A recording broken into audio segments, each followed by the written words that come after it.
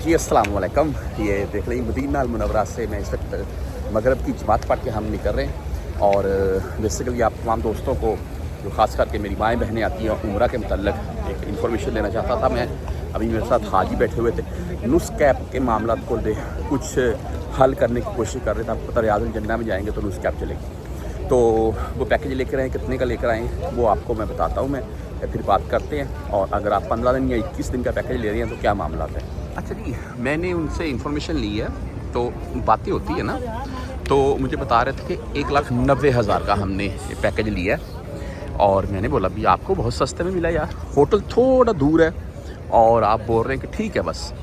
اور تو پھر بات یہ ہوئی جی کہ ہم وہ تھے ہمارے سرائکی بھائی اور وہ کراچی سے آ رہے تھے. کراچی کے پیکیج سستے ہوتے ہیں 20-30 ہزار لاہور کی نسبت, کیونکہ وہ ایئر لائن سستی ملتی ہے وہاں سے. اور یہاں آئے تھے وہ میرا خیال ہے کہ کویت ایئر لائن کے ذریعے, اور جانے کا ٹائم ان کی ہے جی ایئر بلو, اور وہ ڈائریکٹ ہے.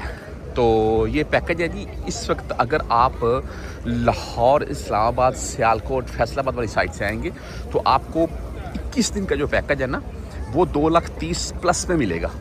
ہاں, اگر آپ کراچی والی سائڈ سے آ رہے ہیں تو آپ کو 2 لاکھ کے راؤنڈ میں ملے گا. تو اس وقت میرا یہ مشورہ ہے آپ تمام دوستوں کو, دیکھیں آپ, میں بولتا ہوں کہ ایک تو ایئر لائن اچھی کروا لیجیے گا, نمبر 2 ہوٹل کے معاملات کو یار خاص مد نظر رکھیے گا, کیونکہ یہاں پر ہوٹلوں کے نا کوئی حالات نہیں ہیں. جب ہم کو وہ ہوٹل دے دیتے ہیں اکثر وہ مڈ کلاس ہے, اور وہاں پر صفائی ستھرائی والا بھی اتنا نظام نہیں ہے, تو یہ مشکلات ہوتی ہیں, تو بندہ تنگ آتا ہے. Number 1 airline, number 2 hotel, اس چیز کو مد نظر رکھیں.